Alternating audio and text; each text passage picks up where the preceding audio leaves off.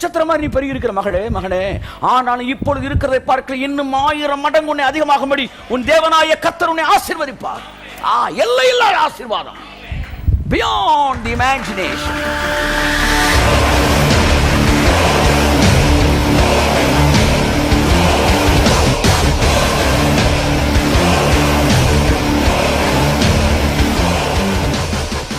உபாகம் 1ஆம் அதிகாரம் 10ஆம் வசனத்தை நீங்க வாசித்தீங்கன்னா தெரியும். அவன் ஏற்கனவே பெரிய இருக்கிறான். அவனை பார்த்து கர்த்தர் சொல்றாரு, வாசிப்போம் 1:10.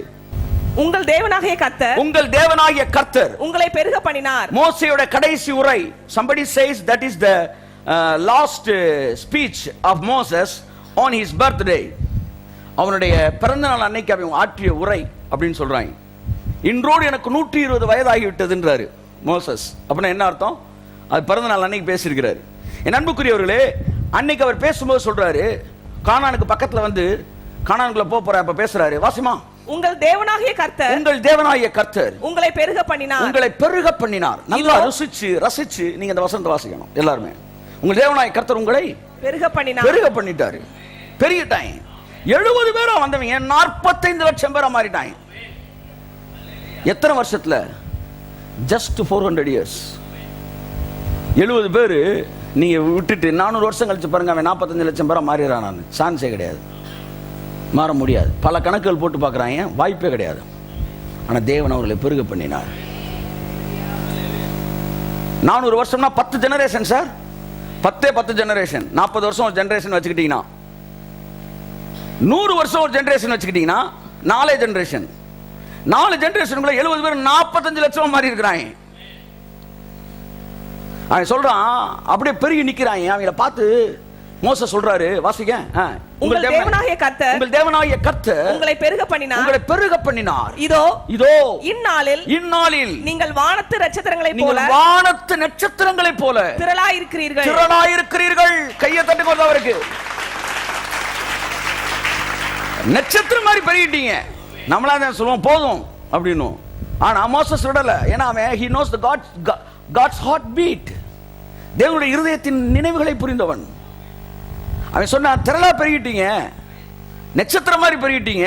அடுத்த வசனம், நீங்கள் இப்பொழுது இருக்கிறதை பார்க்கிலும், நீ இவ்வளவு பெரிய இருந்தாலும் நீங்கள் இப்பொழுது இருக்கிறதை பார்க்கிலும் 1000 மடங்கு அதிகமாகும்படி, 1000 மடங்கு அதிகமாகும்படி. எப்படி எழுதுறது பாருங்க.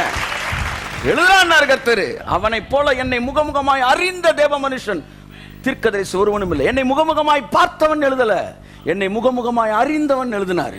நீங்கள் நினைப்பது போல மோசே தேவனுடைய முகத்தை பார்க்கவில்லை, தேவனுடைய இருதயத்தை அறிந்திருந்தான். பரலோக மொழியிலே பார்ப்பது என்பது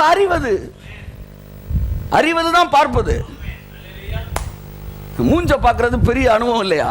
அவர் என்ன நினைக்கிறார் மனசை பார்க்கறீங்கன்னா அப்பதான் தீர்க்கதரிசி. அவன் அங்கேதான் தீர்க்கதரிசி நிற்கிறான். என்னை அறிந்தவன் அவன மாதிரி வேற யாரும் கிடையாது. அதனால சொன்னான், கடவுள் மனதை அறிந்த மோசே சொன்னான், இப்ப நட்சத்திரம் மாதிரி நீ பெருகி இருக்கிற மகளே மகனே, ஆனாலும் இப்பொழுது இருக்கிறதை பார்க்க இன்னும் 1000 மடங்கு உன்னை அதிகமாகும்படி உன் தேவனாய கர்த்தர் உன்னை ஆசீர்வதிப்பார். எல்லையில்லாத ஆசீர்வாதம், beyond the imagination. உன்னுடைய நினைவுகள், கற்பனை எல்லாவற்றுக்கும் அதிகமானது. நீங்கள் நினைப்பதற்கும் நீங்கள் வேண்டிக் கொள்வதற்கும் மிகவும் அதிகமாய் செய்கிற தேவன். அந்த வார்த்தை மூலமொழிபெயர்ப்பு இருக்கிறது. நீங்கள் கற்பனை செய்வதற்கும் நீங்கள் கனவு காண்பதற்கும் அதிகமாய் உங்களுக்கு செய்கிற உங்கள் தேவனாகிய கர்த்தர். நான் கனவு காண்பதை விட என்ன உறைஞ்சிட்டீங்களா?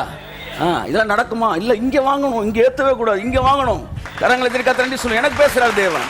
அவர் ரத்தத்தின் கரையம் கோடிக்கணக்கான பில்லியன் டாலர்ஸ் விட பெருசு அவர் கரையம்.